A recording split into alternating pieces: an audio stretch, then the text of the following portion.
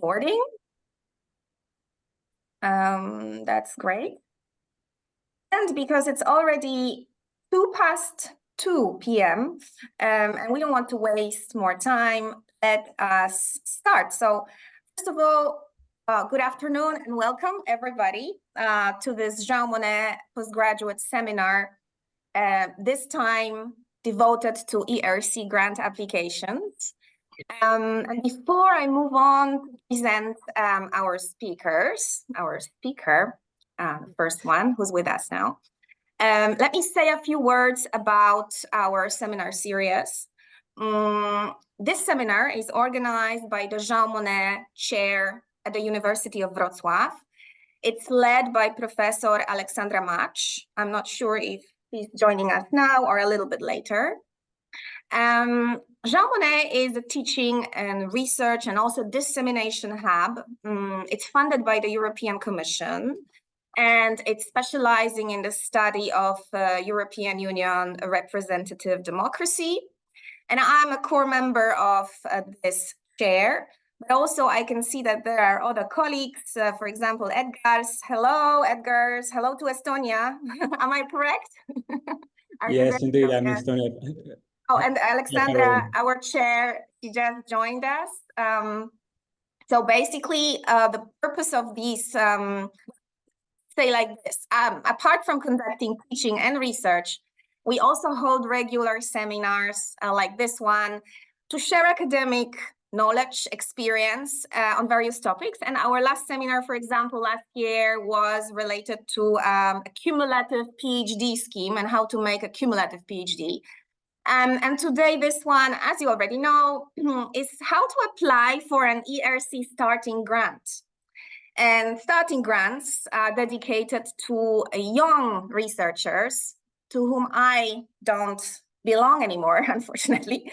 So these are people with from 2 to 7 years of experience since completion of a PhD. And they need to have a promising research track record and also obviously present an excellent research proposal. So I'm very, very pleased that we have such a great duo of speakers today, basically combining institutional perspective, process-oriented perspective with individual first-hand experience as ERC grantees. While our second speaker, Adina Akbik, will join us a little bit later, around 2:30. We already have with us our first speaker, Katarzyna Kubica-Oroń. Katarzyna is a Chief Operations Specialist at the National Center for Research and Development in Poland. But what's most important, she's also dedicated expert at the National Contact Point for European Research Council grants. So basically, we could say she's the leading person for this area in Poland. She's cooperating directly with the European Commission, and she will present the overall ERC Starting Grant scheme from the institutional perspective, but also answer your questions. And before I give floor to Katarzyna, let me just point out that first we will have the two speakers' presentations. If Adina joins us on time, we will have all the questions, Q&A session after the two presentations. So without further ado, Katarzyna, the floor is yours. And thank you very much. Thank you very much. Thank you very much for the invitation. Just 5 seconds. I need to share my screen, okay? Could you just confirm? Do you see my presentation? Everything is okay? Okay. Yes, we do. Okay, nice. And I will just check how to change the slides. Okay. So once again, thank you very much for the invitation. And before I start, I would like to make a really short introduction. What an European Research Council is. The European Research Council was established by the European Union in 2007 as the independent research funding organization. As you may see, the ERC is the part of the Horizon Europe program, but please Bear in mind that the ERC is led by the independent governing body, so-called ERC Scientific Council. Scientific Council consists of 22 eminent researchers who are responsible for the ERC research strategy. So it is said that ERC was created by researchers for researchers. On the left, three keywords: frontier research, groundbreaking research, and pioneering research. These keywords perfectly define the type of research that ERC wants to support, wants to finance. And what does the frontier research mean? Research that cross the current boundaries of knowledge, research that leads to create of a new knowledge or fill the gap in the knowledge. ERC reviewers want to support exciting research, pioneering research. They look for proposals that can really change the field. So in other words, ERC supports researchers from anywhere in the world through the very attractive and long-term funding to carry out pioneering research, excellent frontier research at any research field. No thematic restrictions. Bottom-up approach allows researchers to freely choose the topic. No consortia required. ERC supports principal investigators, individual principal investigators and their teams. Support for consortia is provided by other calls under Horizon Europe. No co-financing is needed, and scientific excellence is the sole evaluation criterion. What is also important, and what is also I would like to highlight, is that the fact that ERC offers scientific independence, recognition, and visibility. And who can apply for ERC?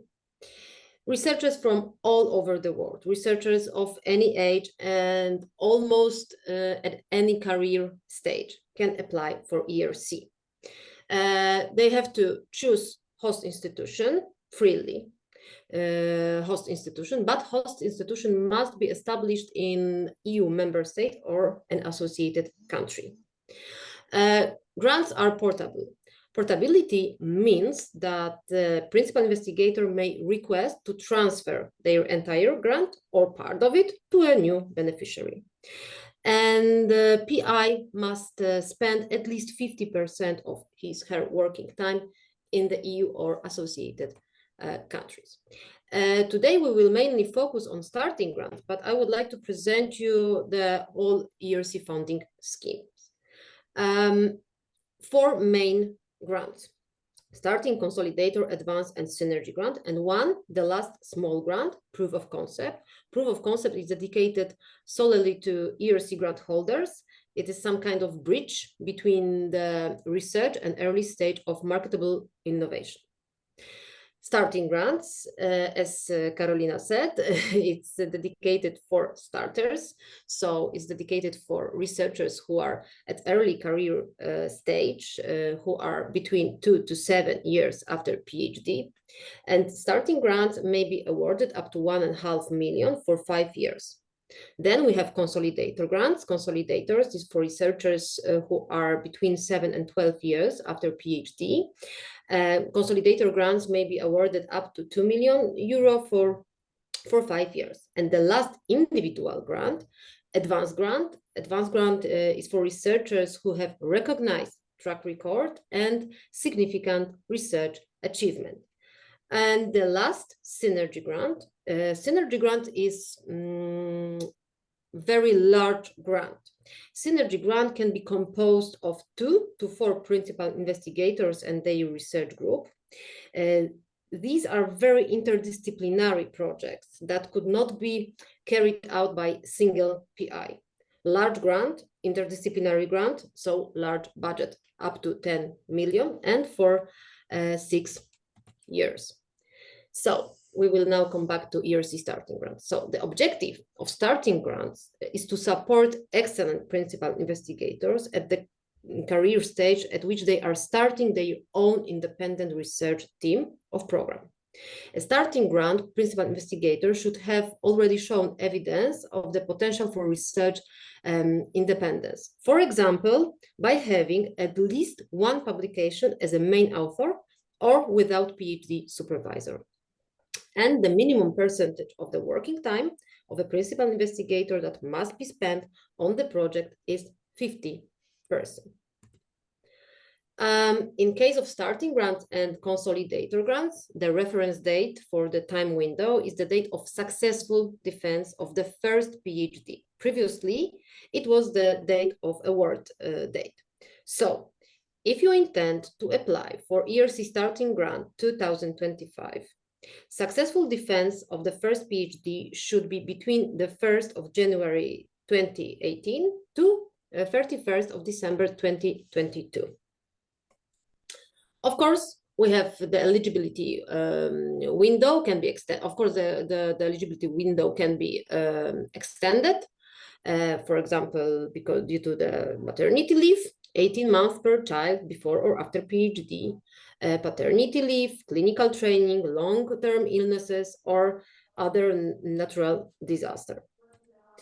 Applicants may request for additional funding for specific eligible expenses, such as startup costs for PIs who are moving to EU or an associated country as a consequence of receiving the ERC grant, or the purchase of major equipment, or access to large facilities, or other major experimental and field works cost. In case of starting consolidator advance grant, additional funding up to 1 million euro, and in case of synergy grant, up to 4 million euro. So now let's move to the proposal. Proposal includes part A, administrative form, and part B, research proposal. Research proposal consists of two parts, part B1 and part B2. Part B1 consists of extended synopsis, maximum 5 pages, and CV and track record, maximum 4 pages. And part B2 is the full scientific proposal, maximum 14 pages. And now I would like to present the evaluation process. A single submission of the full proposal, followed by the two-step evaluation within 28 peer review evaluation panels, which are of course subdivided into 3 main domains, physical sciences and engineering, life sciences and social sciences and humanities. At step 1, only part B1 is evaluated by the panel members. They have no access to other parts of your proposal. The panel members, called often generalist, will often not be the specialist in the research area of your project. And only if part B1 is convincing, the part B2 will be read. And one more thing, only up to 44 proposals per panel may pass to step 2. At step 2, the full proposal will be evaluated. Part B1, part B2, and budget. And at step 2, the panel members are supported by several specialists. These specialists are additional remote referees, and the remote referees will send individual opinions, individual comments to the panel members, but they will not take part in panel discussion. And also, step 2 includes interview of applicants, and believe me, interview plays a very important role in the final funding decision. At the end of step 1 of the evaluation, the proposal will receive one of these courses. Score A, invited, A, not invited, B, or C. Score A, invited, means that your proposal passes to step 2. A, not invited, means that your proposal is excellent quality, but unfortunately exceeds the maximum threshold of proposals that can be passed to step 2. At step 2, score A means that proposal is recommended for funding, but sometimes it may happen that your proposal will receive A at step 2, but because of the budget limit will not receive funding. And I think it's the worst it's the worst situation, and it is the worst information. And also what is important, the ERC is under restrictions on resubmitting an application. If applicant receive at step 1 score B, 1 year restrictions, score C, 2 years restrictions, score A not invited, no restrictions. And restrictions apply to applicants, apply to candidate, not to the proposal. And at step 2, there are no restrictions. And excellence is the sole evaluation criterion. Scientific excellence will be used to both excellence of the research project and excellence of the PI, principal investigator. The panels will primarily evaluate groundbreaking nature, potential impact, and feasibility of the scientific approach of the research project. Then will evaluate the intellectual capacity, the creativity, and the potential of independence thinking of the PI.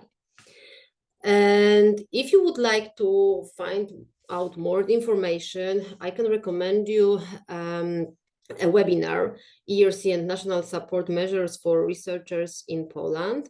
It is on YouTube. And also what I can recommend you is videos ERC classes. And if you would like to get inspired, if you would like to get to know what kind of projects have been already funded, you can find it on ERC website. And if you have any questions, I'm really at your disposal, and I'm happy to answer. Thank you very much for your attention. I hope I'm on time. I don't see, yes. Okay. Yes, Katarzyna, you are perfectly on time. We are actually ahead of the schedule, which means that we still have around 10 minutes for Q&A, which is great, because that would also give more time for questions to Adina once she joins us. And first of all, thank you very much for this very comprehensive, but also quite general overview of what we are talking about in terms of ERC grants and where are they placed in the overall ERC framework. I will now open the floor so that we have a free exchange of views and questions. But let me give the floor to myself first with a question, because when I was preparing to this seminar, refreshing my knowledge about ERC, I have come upon this new publication, maybe not so new, but it was November 2023. And this is ERC website, which tells us that there have been changes to the evaluation process that actually will take place now, if I'm not mistaken, but please correct me. So if I can just read one sentence and then refer to you in the question. Yes. 2024, the work program of the ERC introduces changes to the evaluation process with a greater emphasis on the project quality and the ideas behind the project than applicant's CV and track record.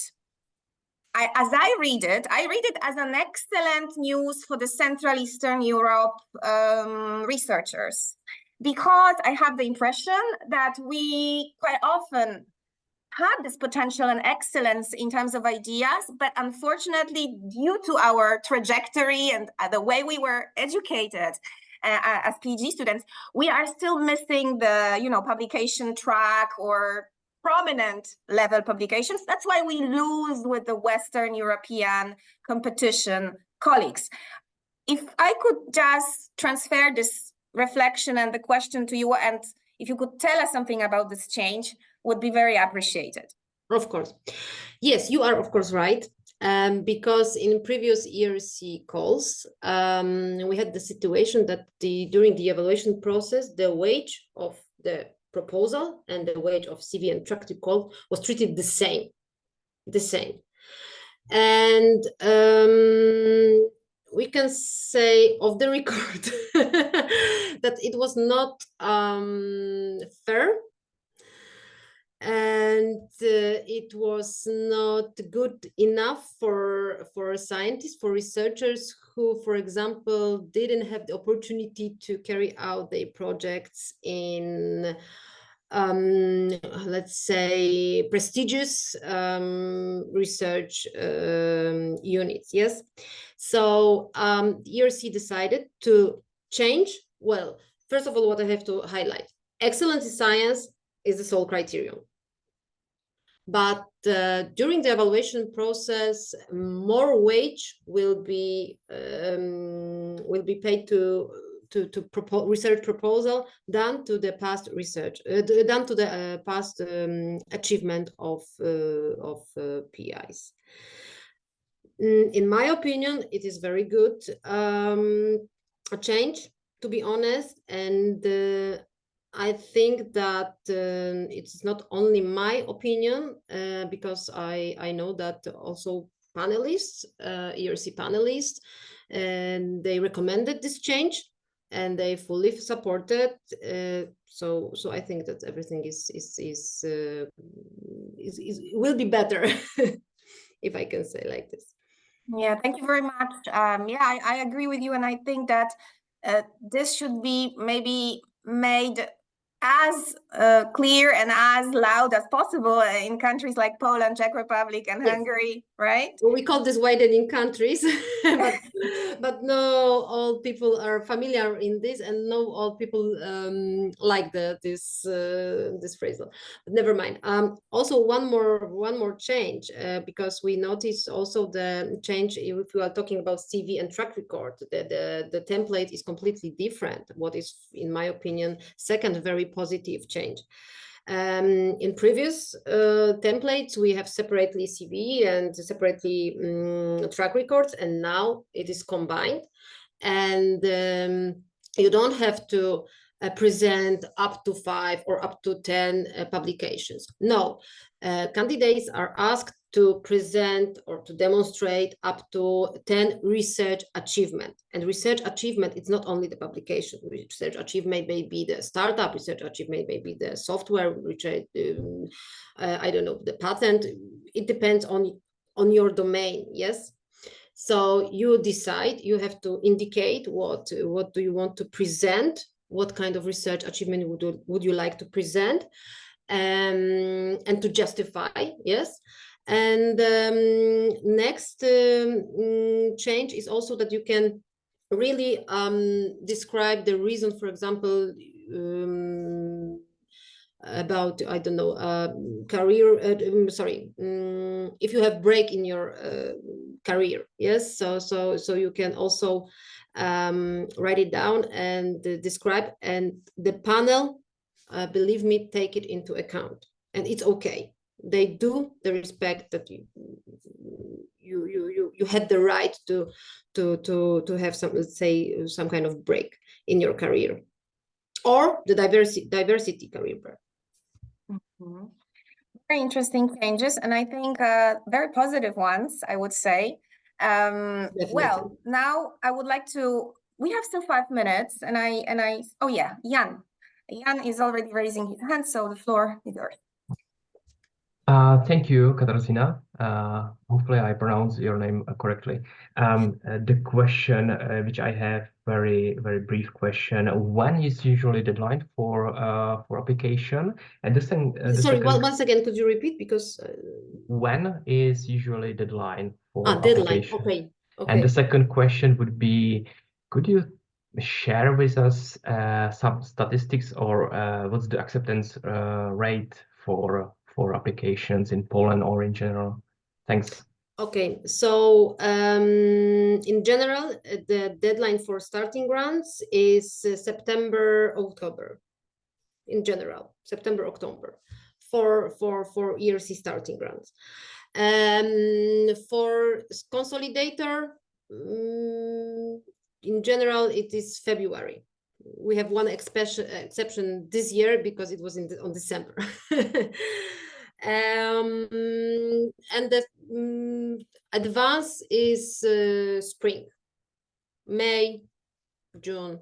It's the the common rule, we can say. And you asked me statistics in Poland, yes?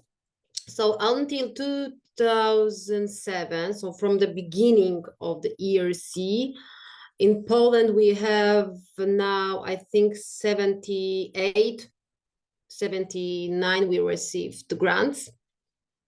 Of course, more of them are starting grants. And the success rate in Poland is more or less 3%. And the success rate in general for the call is more or less, of course, it depends if we are talking about starting grants or consolidator and advanced, and we have to check also the year, but more or less it is between 12 to 14%.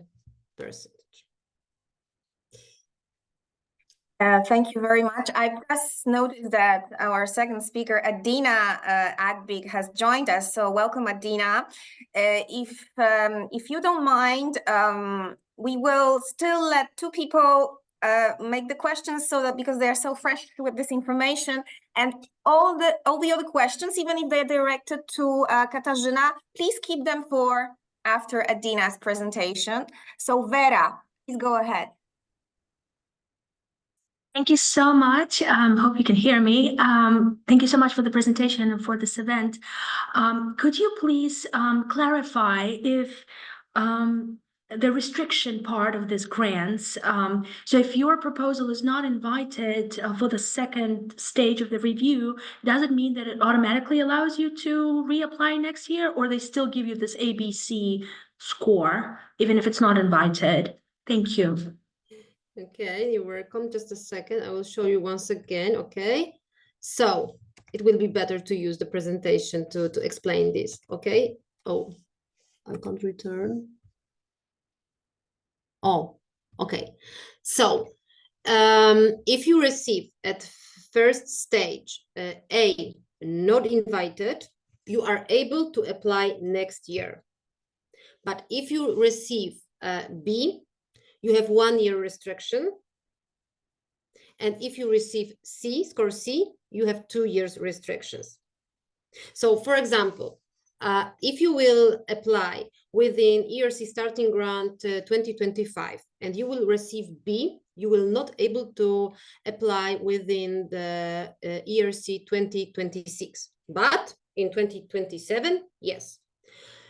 And the same, if you will receive a C, you will not able to apply in call with the identificator 2026 and 2027, but in 2028, yes. I'm sorry, may I please quickly ask for a follow-up question, but are there any criteria when how do you know? So apparently what I learned now is that B and C can also be given at stage 1, so it's pretty risky. And then criteria, are there any criteria to know when C is given? Well, the criterion are like this, because your proposal is evaluated under groundbreaking nature or potential impact on feasibility of scientific approach. These are criteria related to research projects. And on the right, you have the criterion related to excellence of the principal investigator. I think that probably Vera, maybe, I don't know, I'm reading her mind. Maybe she was asking about if there are any kind of points or a scale or a threshold that you need to. No, there is no threshold. Sorry. No, you receive courses, only courses. You will not receive any threshold because it is a common panel decision. How your the score is like ABC. That's what you mean by the score. Because the panel members are preparing some kind of rank list, and on that basis, for example, first 1/3 of the proposals pass to second stage, then next part receive, for example, score B, and the last score C. Okay. And we have our last question for the moment. Ola Jumoke, what a beautiful name. Go ahead. Thank you so much for this opportunity. I have 2 questions. Yes, first, what are the likely reasons for a restriction? Then secondly, I want to ask, is it that it is a criteria to have completed one's PhD before one is able to apply for this grant? Or can a PhD candidate apply for the grant as well?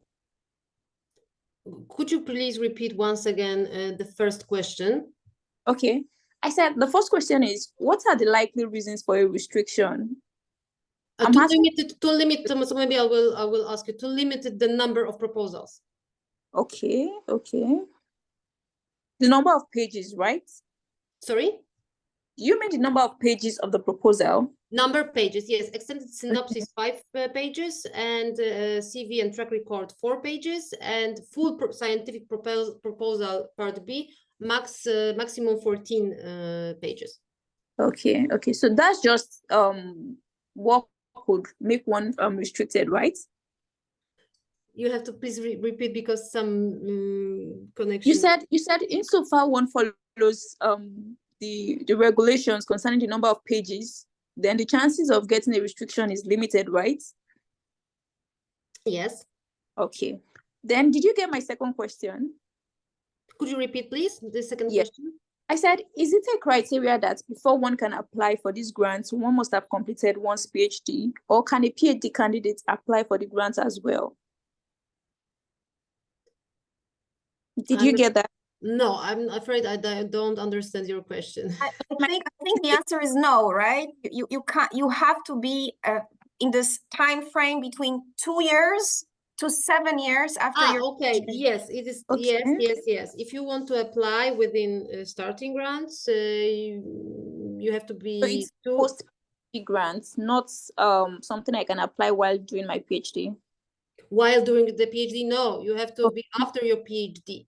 Okay. You have to be 2 to 7 years after your first PhD. You are not able to apply during your PhD. Sorry. Okay. No, I got it. Yeah. I'm so sorry. So I have another question. Sorry. Please, so like how many research publications do I have for me to meet up with the requirements? It depends on you. There are no limits or minimums requirements. No. Okay. It depends on you. Right. And it depends on your domain. And it depends on your research, because as I mentioned before, it's not like this, that it's only publication is the solely research achievement. Okay. Thank you. Thank you very much for these interesting questions. Okay, so now, once again, welcome, Adina. Thank you very much for joining us. And this is really a pleasure and a privilege that we have you here. Let me say a few words about Adina. She's a senior assistant professor at European politics at the Institute of Political Science at the Leiden University. And before joining Leiden, she was a postdoc at the Hertie School of Governance in Berlin. And she did her PhD at the Central European University in Budapest. In terms of her research interest, Adina is focusing on European governance from both political science and administrative public administration perspective. And she's focusing also on the political accountability of the European Parliament, as well as, and this will be important for her ERC project, of course, the drivers of behavior within institutions, more generally, EU institutions. So in January 2022, she published a monograph with Cambridge University Press entitled "The European Parliament as an Accountability Forum, Overseeing the Economic and Monetary Union," was a success. We quoted you. Her works also appeared in several very prominent journals: Comparative Political Studies, Journal of European Public Policy, or Common Market Studies. Now, in 2023, recently, Adina was awarded an ERC Starting Grant for her project called Eurotypes, studying the role of cultural stereotypes in EU governance. She received 1.5 million euros to carry a project for, as I understand, 4 years, starting just now in 2024. And just a little personal note on Adina. I got to know about her success through the Twitter account, X, whatever, now. And I have come upon her tweet, and actually that was a thread, which you can retrieve and read it yourself. It was a thread about her ERC experience from September 2023. What caught my attention was not that she focused on her successful project and what it is about, but she really focused on the previous rejection and the failure to get the ERC in the first try, let's say, and also the value and influence of this failure on her decisions and on her later success. And I think that this is a very valuable reflection. So I encourage you to read it on Twitter. But anyway, we have Adina here with us to share her first-hand experience, and I'm very much looking forward to your presentation. Adina, I don't know if we have already made you a co-host. Yes, perfect. So please, the floor is yours. Yes, thank you so much, Karolina, and thank you to you and to Jan for inviting me for this event today. I'm happy to join and share my experience about applying for an ERC. I do have to start with a disclaimer. So what I'm going to tell you in the next 20 minutes or so, they do not represent the views of the ERC or Leiden University. So they are based on my own experience of applying for the European Research Council. And the other sort of warning is that you should take it with a grain of salt, because this is the experience of one person, and you might be talking to other people who have ERC and they have different experiences. So this is, again, it's just me. And I titled my presentation, Preparing a Grant Application for the European Research Council. Of course, I have a starting grant, but I think the process of applying for the consolidator grant and the advanced grant, they're very similar. So I think what I'm going to tell you easily translates to the other career levels.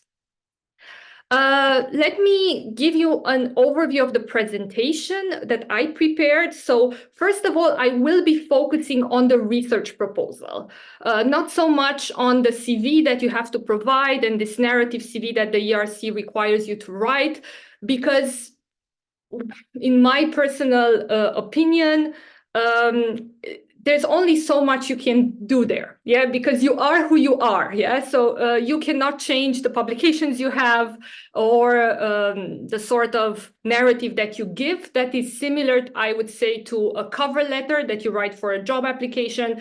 So in my view, what really makes or breaks an application is the research proposal, not your profile. Because ultimately, I know people who, at my career level, they have over 1,000 Google Scholar citations, are very well known, and they didn't get it. And there are people who have far fewer, but they published well, and they did get it. So I think really what matters ultimately is the research proposal and not your profile. Because again, you are who you are. You cannot change that.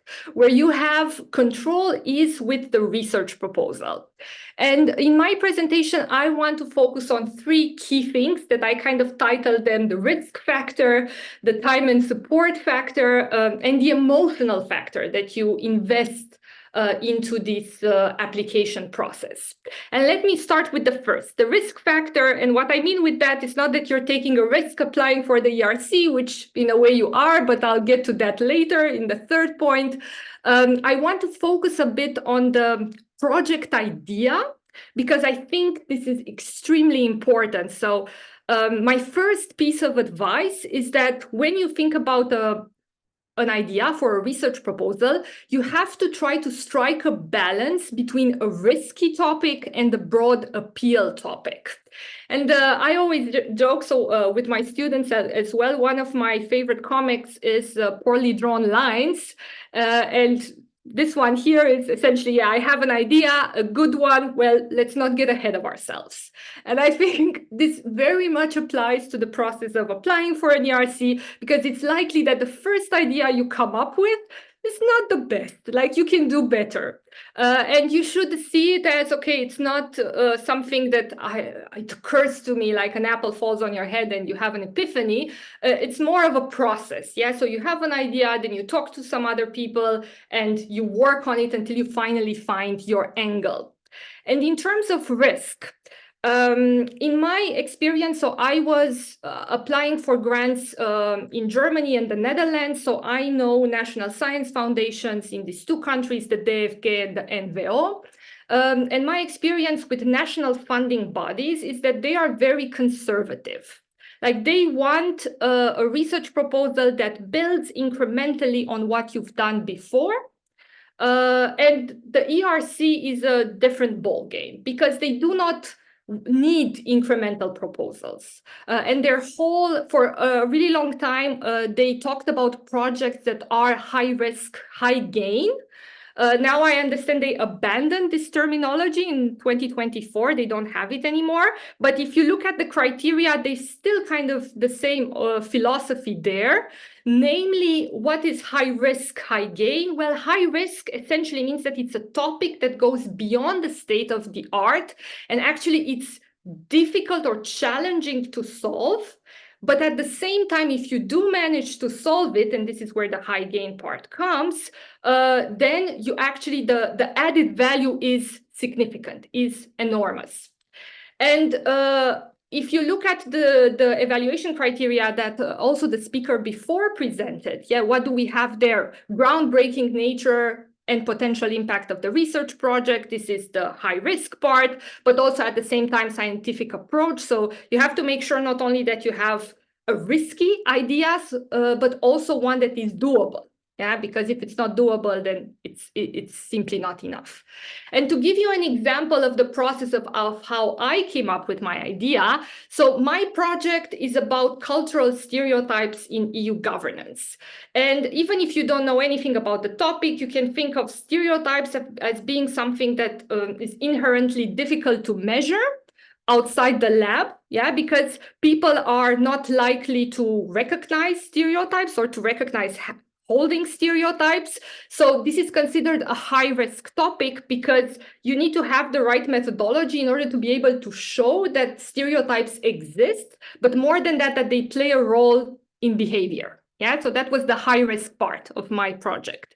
The high-gain part was, well, if I'm actually able to show that civil servants in the European Union hold stereotypes and that these stereotypes play a role in the types of decisions that they make, which, to be honest, we all kind of suspect that they do. So I am Romanian. A common stereotype about Romanians is that they are corrupt.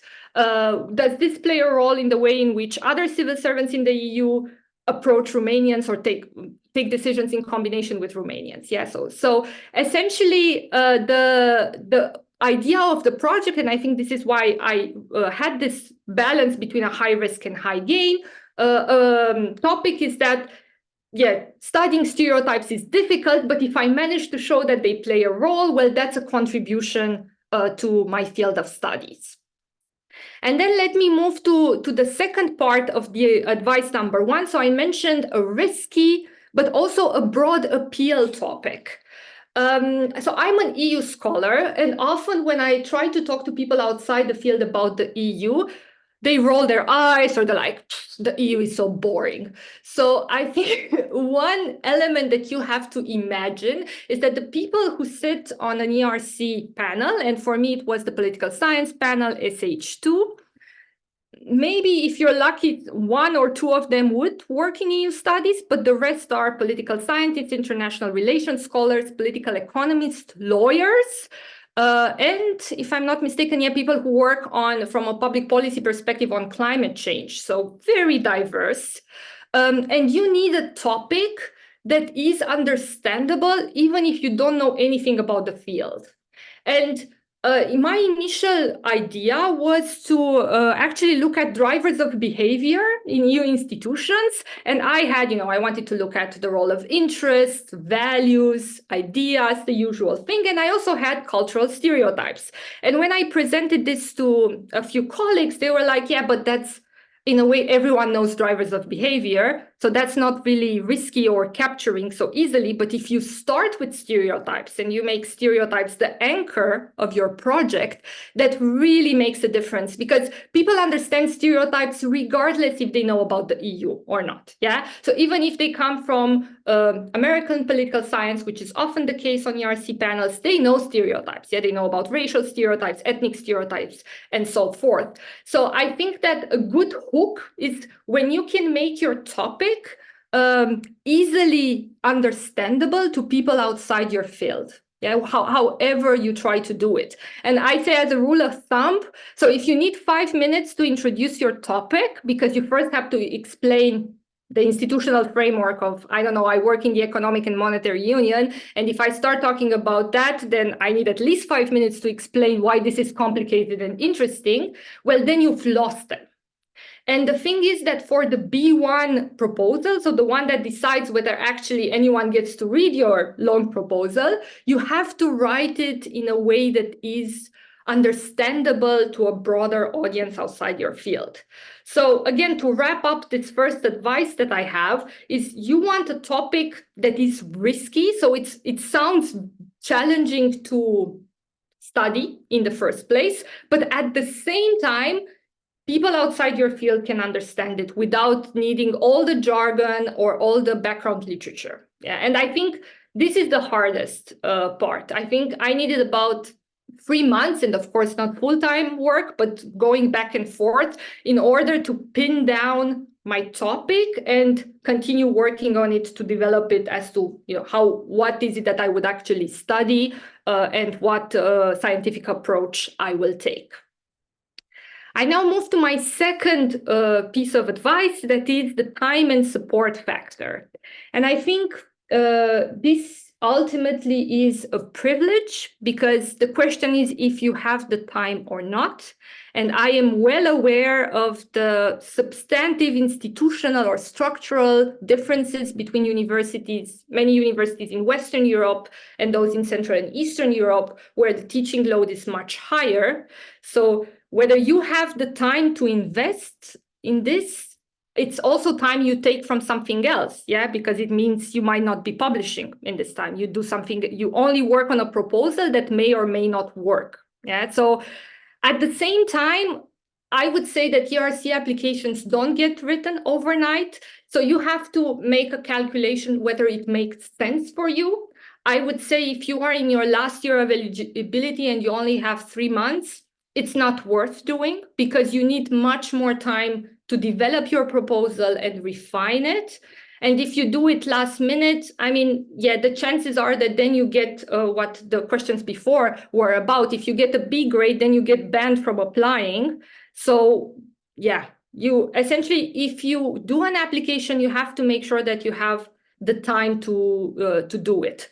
And in terms of the approach of how you should go about it, I would say it's a good strategy to start with the short version that you then circulate among your network or people who are willing to help you. Because essentially, if you are to get to the interview stage, you need the most important criterion that you have to fulfill is the groundbreaking part. Yeah. And for that, you need to sell it in the B1, because again, the panel who decides whether you get to the interview stage or not does not read the B2 part. Yeah, they just read the short version. So if you are unable to sell it, that this is a groundbreaking idea, then you have to go back to the drawing board. So there's no point really in spending too much time developing a B2 proposal that doesn't fly on the groundbreaking criterion.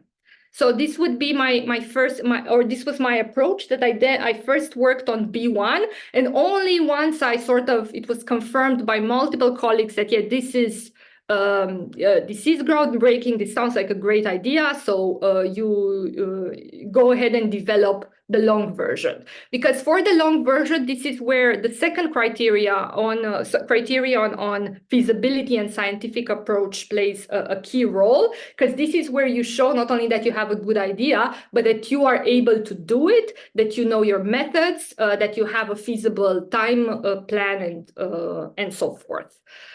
So in terms of I talked about time, so you need time to develop this, but you also need support. And by support, I mean feedback from colleagues that actually come from different theoretical and methodological perspectives.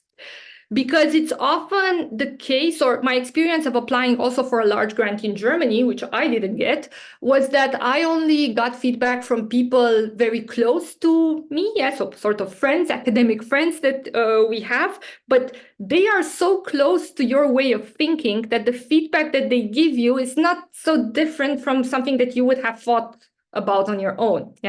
So that's why I would say it's crucial to get feedback from people who are not only outside your field, they can be in the field, but they do different things theoretically and methodologically. Because again, you want to know what the ERC panel might ask you, or what questions they might have, how they will think about your proposal. And if you expose yourself to feedback from colleagues early on, you can anticipate objections that people will have, and then you incorporate them in the proposal. And of course, I put here an asterisk that it depends on your department, of whether there is this infrastructure or not. So for example, in the Netherlands, so it's not only Leiden University, but it's very common that institutes have a system for giving feedback to people who apply for grants, where essentially everyone gives feedback to everyone else. What do I mean by that? So for instance, for my proposal, the research director gathered 7-8 people who could at least comment, so they are close enough that it makes sense for them to comment on my proposal. And then they read the B1 version, they read the B2 version, and they also, once I got to the interview stage, they asked me questions. And I think so the advantage of my institute, and I think this is an asset that if you do not have, you have to essentially try to look for this sort of help in your network, is that, so my department is extremely diverse. We have people who do quantitative, qualitative studies, but also theoretically different. So I got questions from what is the relationship between stereotypes and emotions to did you conduct the power analysis for your survey experiments? And the idea is that all this feedback allowed me to be prepared. I had a list of, 80 questions that a panel could ask me to my proposal, but essentially it allowed me to anticipate what questions I could get, what objections that could be, again, coming from different theoretical and methodological perspectives.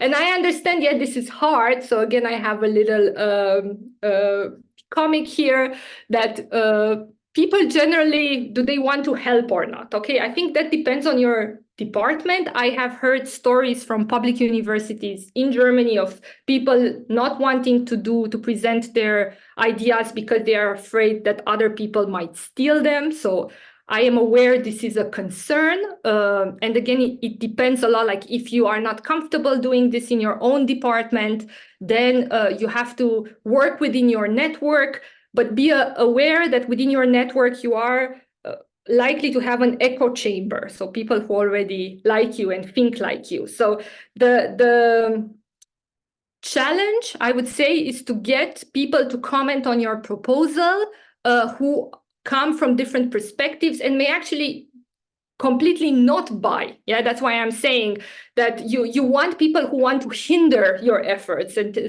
tell you that you don't have a good proposal, because at least not necessarily that you have to convince them, but you know what their objections might be, which are likely to be raised by the ERC panel. So I don't have a solution of how you can solve that. I think in many Dutch departments, and I think that's why also they have such a high rate of ERC projects per capita, there is this element of, I don't know if I should call it solidarity or simply reciprocity. We help each other out because we know, many people commented on my proposal, and in the last 3 months, I was also involved in 3 other feedback rounds for other people. So we do it to help each other out.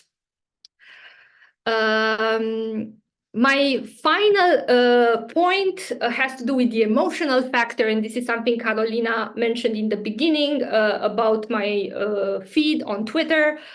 So I applied for the ERC in 2022. I got to the interview round and then I didn't get it. So I was awarded an A. Yeah, that meant I was allowed to apply again in the next year. That meant that was also my very last year of eligibility. But I think after spending 6 months preparing for this application, I got to the interview round. And I think, in my opinion, I did a good job. So I answered all questions. And I thought I did it competently, but I didn't get it. And I think the experience of that has really affected me personally because, and I think this is something a lot of academics do. No, we tend to see our work as an extension of our own, of our own personal worth. And when things don't work, then we ultimately see it as a failure of us as people almost. And I think what I wanted to do with my feed was actually to share my experience of learning from that failure. That essentially, even if you do your best, it may not work out. And the reason why it doesn't work out are completely beyond your control. Yeah, so it may have to do with the composition of the panel, whether, for instance, are there people who are not sympathetic to your topic? It might have to do with the reviewers assigned to your proposal. So, for example, I think in the first round, the reviewers assessed me as very good, because they have to, essentially, they do have a scale on how they rate you. They said very good, but in the second round, when I had other reviewers, I was exceptional. Yeah, but I mean, I was the same person. Yeah, so this also shows you in the first round, I had 7 reviews, and in the second round I had 9 reviews. These are different people, and ultimately, was my CV different? No, maybe I had 1 other publication, but ultimately, it was exactly the same. It didn't make that big of a difference. And as we know from peer review, or the experience of peer review, reviewers matter, whether they're sympathetic with your work or not. And what also matters, and you have no control over, is the candidates applying in the same year. You don't know who they have, if there's too many people. So, for example, if they have too many EU projects, then they will not take that many EU projects. So you have absolutely no control over who the other applicants are, the composition of the panel, or the reviewers assigned to your proposal. The only thing you can do is try again. And I think I call it, you essentially, you gather your stuff and you put it back together. You try to make changes according to the feedback you get, and you try again. And in that sense, I think the hardest part, and this is my last comic, I promise, is, well, what happens if your ideas fail?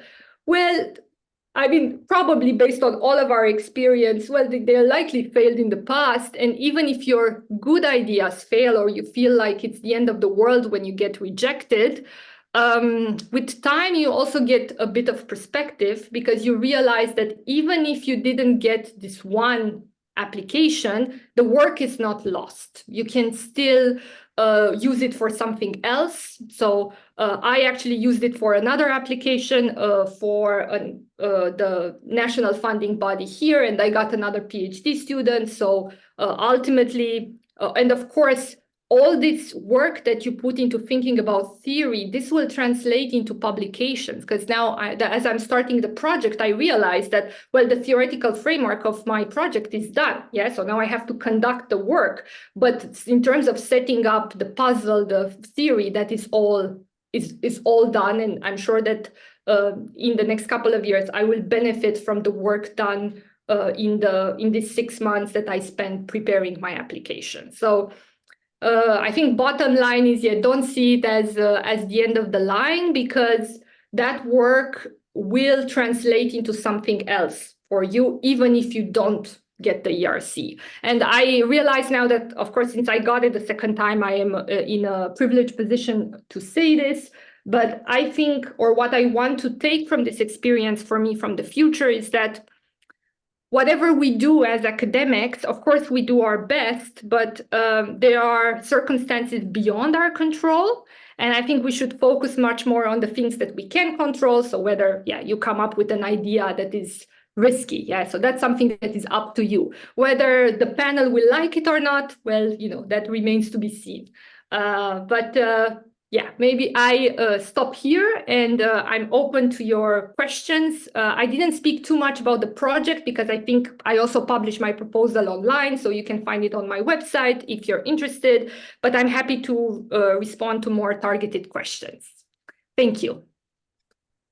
Well, thank you very much, Adina. It was a fantastic presentation and really very insightful and addressing a lot of the concerns that we have. And when I was listening to you, I would apply pretty much majority of your observations also to, the other application processes. For example, in Poland, we have the National Science Center, NCBR, where I've applied several times, and I'm also running the projects. I have other people here who have applied or will apply, and doesn't really make a difference whether this is ERC and Polish National Science funding institutions. Some things are the same, stay the same. And it's very valuable what you said about, especially the part 1 and part 2. I mean, part A and part B, the short synopsis that you have to sell it. And then only there you can go in depth and look at feasibility and other things. So thank you very much for it. I will have some questions, but I would like to first open the floor to people who are truly interested in starting grants. So we have everybody here, and we're opening the floor for your questions, for your comments, for any clarifications you would like to get. And don't be shy, because this is a great opportunity. You have the first-hand experience, and I don't know if there is anybody here, for example, who have applied and got rejected. That would be also very valuable. And maybe there is someone who can share experience from, I don't know, other application processes. So please go ahead.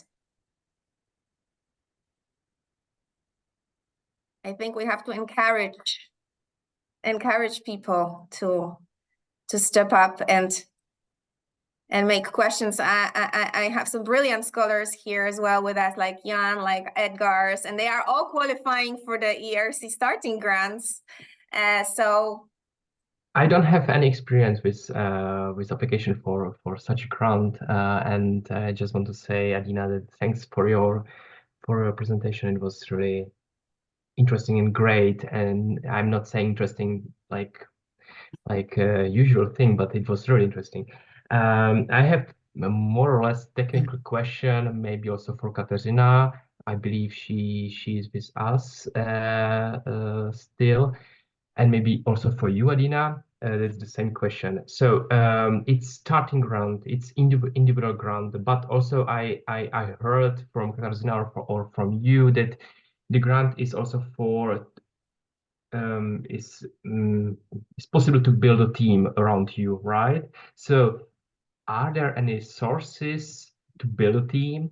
Could you invite some PhD student, postdoc, and fund him to work on the project with you, or do you have some people around you, Adina? So that's my question. So I don't have any existing PhD students. The way it works in the Netherlands is actually, you don't really have PhD students unless you have a project to finance them. So the ERC is perfect for that because it allows you to hire a team. So I think Karolina mentioned in the beginning 1.5 million euros. That sounds like a lot of money, but out of this money, they have to. So my position is covered half, 50% for 5 years, and then I am allowed to decide how I distribute my budget. And I will be hiring 1 postdoc and 2 PhD students. And it's my understanding it differs a lot from country to country. In Germany, I know that my former boss also had an ERC and he could hire 3 postdocs. So what you can do with the money is entirely, so it's on the one hand up to you. You can decide whether you want more senior people like postdocs or you want PhD students, but it also depends on the salaries of the respective country. Because in Dutch academia right now, it's a big drama, especially with inflation, that salaries, so the ERCs stay the same, salaries are very high. So what you can do and how many people you can hire is limited. For example, I can only offer a postdoc for 2.5 years, which personally I don't like because I think it's too short of a position and I would have liked to hire a postdoc for 4 years, but I don't have the budget for it. Although it sounds crazy because 1.5 million sounds like a lot. But also you should be aware that out of this 1.5, 300,000 goes to the university. These are overhead costs. So the actual budget that you have is 1.2. Yeah, that is for you to spend. And here you decide how much you spend on personnel costs, including your own salary. It's a technical requirement of the ERC that you cover yourself for at least 50%. You can go between 50 and 80%, if I'm not mistaken, with your own position. Usually this means that you get less teaching, for the period of the project, or at least that is the case in the Netherlands. So if in my case, I have a position that's covered 50%, this means that for the next 5 years, I teach only 50% of my courses, of my usual load. But as for the team, so that's entirely up to you. So how do you want to organize it? The way I did it and the way I see most people doing it is that when you think of a project for 5 years, you create different work packages, and then you have to have sort of a table at the end where you link work packages with different people. So who does what? And depending on the requirements, you decide whether you want a postdoc or a PhD student, and you link those work packages to different people. I think I've also seen it differently. So there are people who hire PhD students that work across work packages, but ultimately that's a personal choice. Like how do you think it makes more sense for your project?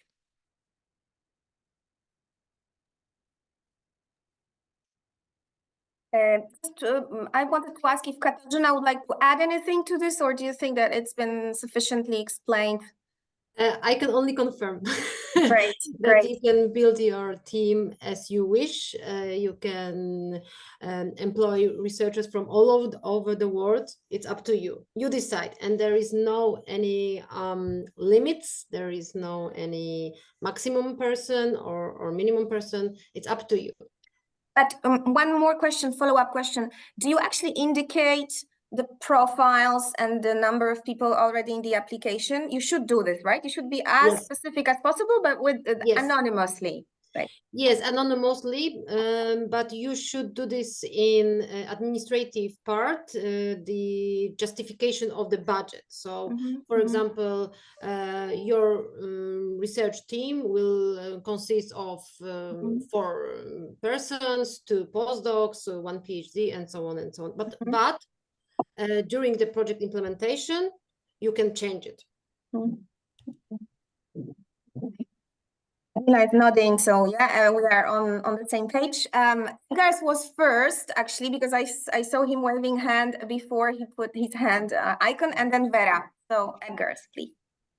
Thanks.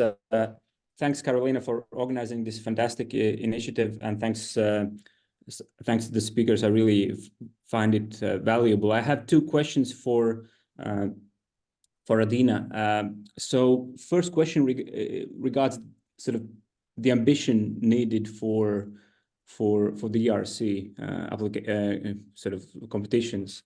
So we all know that this is, and you mentioned that this is not about gradualism. This is really about rapid sort of innovation, really almost sort of revolution, new way of looking at, our field, introducing radically new perspectives. Maybe you could bit reflect to what extent the ERC grant competition itself motivated you to think about your research in radically new ways, or maybe push yourself to the limit, because of course there's the natural tendency, we all have done some work, and then the natural sort of tendency is to really do on the margins something different, but actually because that's our comfort zone. And then here the requirement is actually really go beyond, and that's of course always there's this fear, am I able to do that? Maybe you could reflect, what was your process, and how did it shape your research? Maybe counterfactually, without this competition, you wouldn't have come up with this really new way of, about the stereotypes, etc. In your project, the Eurotypes. And second question regards methodology, and that sort of follows up on the previous question. There has to be, as far as I see, grants, especially in political science in political science, of course, there is this really emphasis on methods, and on basically you have to be really, even if you're a qualitative researcher, you have to be really ambitious in terms of methodology. You have to really combine very advanced methods, which in most cases go beyond your sort of immediate you don't how to think about that challenge, especially if you are not a person who primarily does advanced quant stuff. So how to think about that thing. And maybe the last thing, which sort of relates to this multidisciplinarity, integrating maybe law, maybe whatever, anthropology, maybe history, which is also very challenging, because it really pushes forces ourselves to think in very different ways. Thanks. Thank you. These are very good questions. So on the ambition and the counterfactual, I think, if I didn't have the ERC, I wouldn't have came up with this project. It's as simple as that, because it forced me to think outside the box.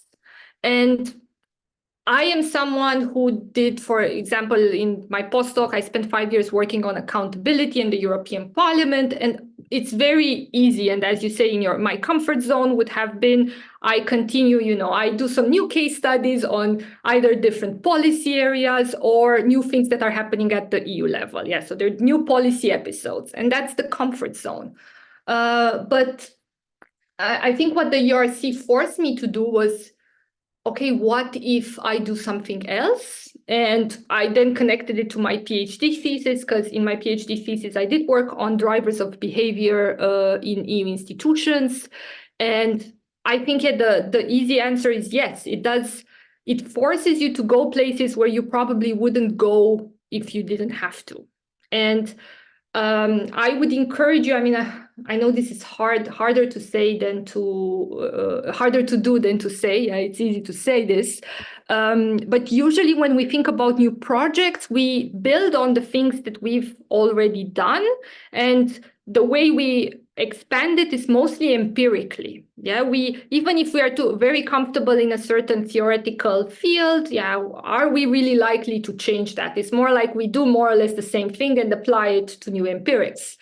But when you apply for such grants, you are forced to reevaluate what you've already done, and you might find things that are very exciting and new. So I discovered social psychology by preparing for this project, and I read so much about what's done on stereotypes and research on prejudice in social psychology. This also relates to your third question about interdisciplinarity. I think the ERC appreciates that a lot, and not only that you pay lip service to interdisciplinarity, but that you actually do it. So for me, it was mixing social psychology with bringing it into political science and applying it and relating it to existing theories about drivers of behavior.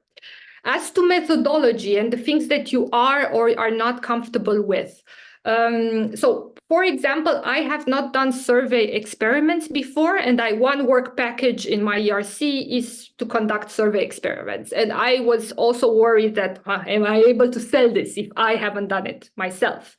And the way I argued was that I need a postdoc to do this, not a PhD student. And from what I know also from other colleagues, so I know, for example, lawyers who applied and got an ERC with work packages for political scientists. Or you have people who have no expertise in quantitative methods, but then they say, I'm going to hire a postdoc to do this, not a PhD student. So someone who already knows the method, and then they can help me implement it. So my idea is that you shouldn't, it's not like the methodological approach should be completely different from what you've done so far, because then it's different. You won't be able to sell it, that you can do it. So you won't fulfill the feasibility criterion. But if you have 5 work packages and 1 or 2 involved methods that you have not used, but for which you can make a convincing argument that a postdoc could do it under your supervision, that is fine. And I hope I answered all 3 questions. Thank you so much. Thank you very much. Yes, very insightful. Vera, now your turn. Thank you so much. It's beyond helpful. Thank you. So to build on the previous questions, from your experience, and it's both maybe to Katarzyna and to Adina, longitudinal studies, it's a 5-year project. Have you seen longitudinal studies being awarded? And if so, are we allowed to work with national centers or build a partnership? So not a postdoc, but build a partnership to help you implement longitudinal study in a country. Mm-hmm. So it's not something I've done for my project, but I've seen very different ways of using the money. Yeah, so it's not that you need to hire personnel. Some people, even I think I have one colleague who got a ERC and he's doing some sort of experiments at conferences of what is it, in the financial sector, something like this, yeah? So the way in which you use the money is completely up to you. If you want, and especially for survey experiments, done with population or surveys in general, and longitudinal studies, I imagine they fit in there, you have a budget. So first you would maybe ask for a quota from the national agency, yeah, and they would tell you this is how much it would cost, this is how much the data would cost, or how much it would cost for us to implement this project. And then you include it in the justification of your budget. Yeah, and yeah, so that's essentially it. And whatever you choose to do, as long as it makes sense for the project, and even if it's very expensive, ultimately that's why they give you the money. Yeah, so that you can conduct or get the data that you need. Is that satisfactory for Vera? Yeah. Great. Edgar, so you still have your hand up. Would you like to step in? No? Okay.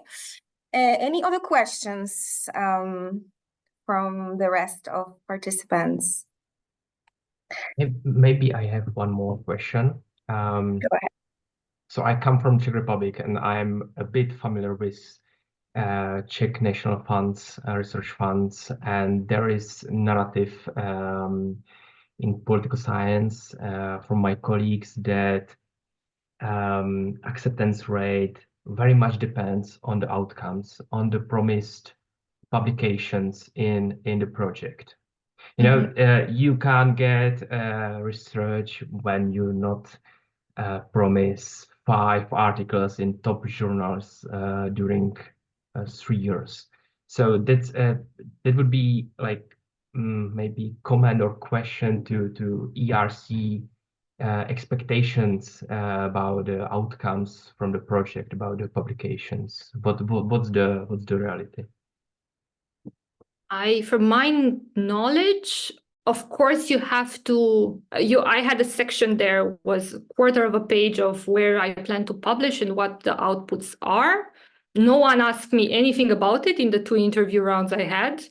I wouldn't say that it's so important. I mean, of course, you should show that you know the main journals in your field. Yeah, that's it. But whether you, and it should be feasible. So I think I would have gotten questions if I had promised 10 articles, yeah, which I didn't. I think I promised for 5 years and a team of 4 people, 6, which I think it's not so much. Yeah. I think it's more about feasibility, and that there you shouldn't have something where people are like, yeah, that's not going to work. So I think that's when you get questions. I wouldn't, in my understanding of the ERC, they are not so much focused on output as in how many publications you have, but in the quality of those publications. And I think I've heard this in a presentation by the ERC, but you can correct me if I'm wrong.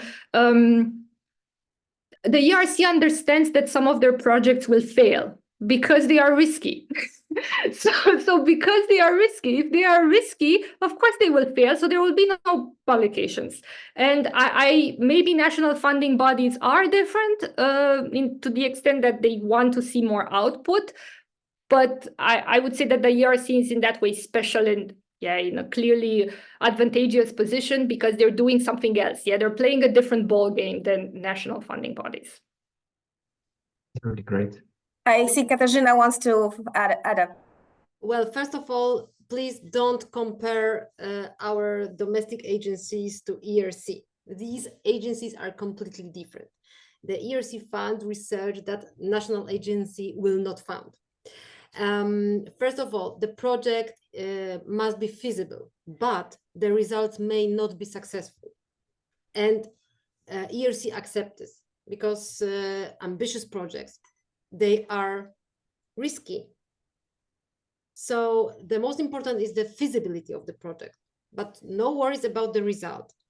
And you don't have to declare that you will have 5 publications, 10 publications. I do understand your question, Jan, because we have the same situation in our National Science Center, that the result must be the publication within the prestigious, yes, and I do understand. No, don't compare this because these are completely 2 different agencies. Could I, it's something that caught my attention here. You say about we might not be successful, that the ERC gives money, but it also foresees that there might be a failure. What do you mean by that? I mean, okay, because so much money. Feasibility means that you have to be able to do the research, but the expected outcomes are failure, and your central hypothesis is failure, no success. So to give you an example from my research, I have to show that I am able to conduct my interviews and surveys with civil servants in EU agencies, in my case, but whether I show that stereotypes work or not, like it might be that I only have negative findings and stereotypes don't matter at all. Of course, but this is also a research finding which probably awaits publication, right? Yes, but I think that it would be much more interesting for journals as well if you have found that your idea was correct in a way, so that it matters. And I think it might be that what you thought that is important in a certain field, regardless of mine or not, it may be that, no, actually you found nothing. And that is not up to you. All you can do or all you can show is that you have a plan on how to conduct the research, but what you find is not up to you. And I think the ERC understands that.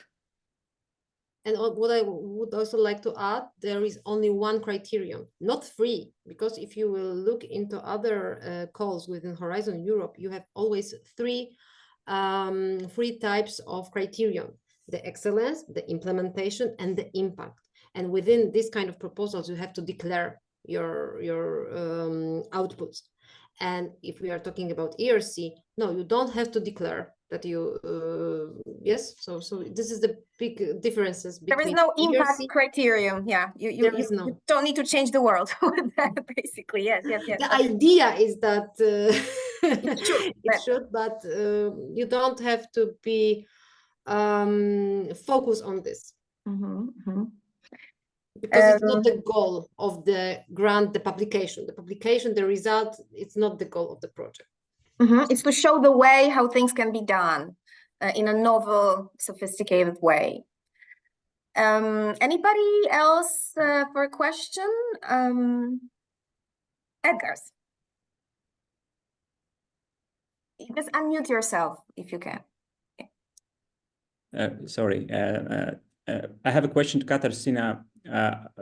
Maybe you already talked about this at the very beginning regarding these sort of different ways and how sort of East-West Europe and how basically the proposal and the profile are not weighed the same way, and now the more focus is on the proposal, which sort of relatively benefits East Europeans, if I understood correctly. And I wanted to, and sorry if I missed, if you mentioned it elsewhere, I wanted to ask, is there anything like the so-called widening option for Curie projects, where basically if you are above a certain threshold, but then basically you don't get the money in according to the sort of ordinary procedure, but then because you come from a, let's say, a Czech or Estonian university, then you get the money because you're sort of from a disadvantaged background, so to say. Is there anything analog for the ERC grants or not? In Poland there was ideas. It was the opportunity that, for example, if you pass to second stage, but unfortunately you didn't get the money, you could receive money from the domestic agency, but unfortunately the call is not available now. I know that this scheme works in, I think, Czech Republic. But definitely it's not part of the European. No, it's not a part. No, it's not like, for example, I know what you mean. You mean, for example, Maria Curie and some kind of the seal of excellence, and then if you will choose the country from widening countries, you will receive the Maria Curie, but financed not from the Maria Curie budget, but from the widening countries instrument. Yeah, probably. It's called talents. It's the different name. It's talents. No, there is no it doesn't work in the ERC. Thanks. This kind of stream. Any other questions? We are still having 2 more minutes. If there are no questions from you guys, let me put one more forward, and this is probably a more universal question to anybody. But we have this problem with one of the main points that Adina flagged out that is important: support and feedback. Probably in our Polish universities, we're not capable of, and I know it from my own experience, to assemble the critical mass of people who can give us the right multidisciplinary, robust feedback. And a lot of us at this early stages of career, we are too shy to get out to the world and ask for help. What would you suggest to young researchers, to potential ERC candidates who say, okay, I have a great idea, but I'm lost and I don't know whom to talk to? They don't have networks yet, right? Yeah, I think this is tough. And when I think about that, a larger grant application I did in Germany, I think if I had received more feedback, maybe the application would have scored better. And there is no easy solution. I think the only thing you can do is try to get out of your shell and at least ask. I mean, the starting point should be your supervisor, especially if you're a postdoc or early career, it's whoever is or a senior scholar that you look up to and who has been helpful to you in the past or nice to you in the past. As you would be surprised, people are generally nice. If you ask them for favors you ask them for help, generally people respond well. And you could ask them to then introduce you to their network, or you could try to establish this on your own in an informal way. I could imagine that you reach out to people. Maybe it could be from even other departments, could be sociology. They're close enough to us that they could give feedback, whether someone, I don't know if international relations is separate. So I would say you either go for your network or the network of your advisor, or you try to set up something ad hoc and say, we are trying to create a network of people who are willing to help each other out, and we kind of commit to giving feedback to each other, and you can see who signs up for that. There is a risk in the extent that you don't know who the people will be, but at least I think it could be a good starting point into putting everyone in the mindset that the goal is that we help each other out, because if some of us do get the project, then, I mean, for example, in the Netherlands, supervision is not individual. Like I have to have 2 other people to help me supervise PhD students. And that's also something that my colleagues, the ones who help me, with they benefit from in a way. Yeah, they also have more PhD students. So you can think about it in this way, that if you help each other out, there might be benefits for others in the future as well. And it doesn't only have to do with prestige, but also reciprocity. Yeah, if somebody helps you now, you will help them in the future, and so on. So, and it perpetuates in a positive cycle, hopefully. Thank you very much, Adina, for this optimistic view of people's nature. Well, the overreaching conclusion for me here, I don't know about you guys, but it's like, get out of your comfort zone and just try new ways of things and talk to people. Don't be afraid of criticism. Well, without overextending the meeting, I would like to thank our speakers, and because they were fantastic, and really, ladies, great job. So bravo. I promise that I will upload this recording on our website, but if anybody would like to get access to it, I can also send it through email. And I also wanted to thank very much Jan Krotki, who's here with us, because without him also this seminar would not be possible, because it was him behind the organization. So, and apologies for all the inconvenience. Thank you very much, Katarzyna and Adina. Good. Thank you so much. Thank you very much. Thank you very much. I wish Bye. everybody a great weekend. Thanks. Bye-bye. Thank you. Thank you. Thank you. Is the recording over? Because I just wanted to stay. I'm going to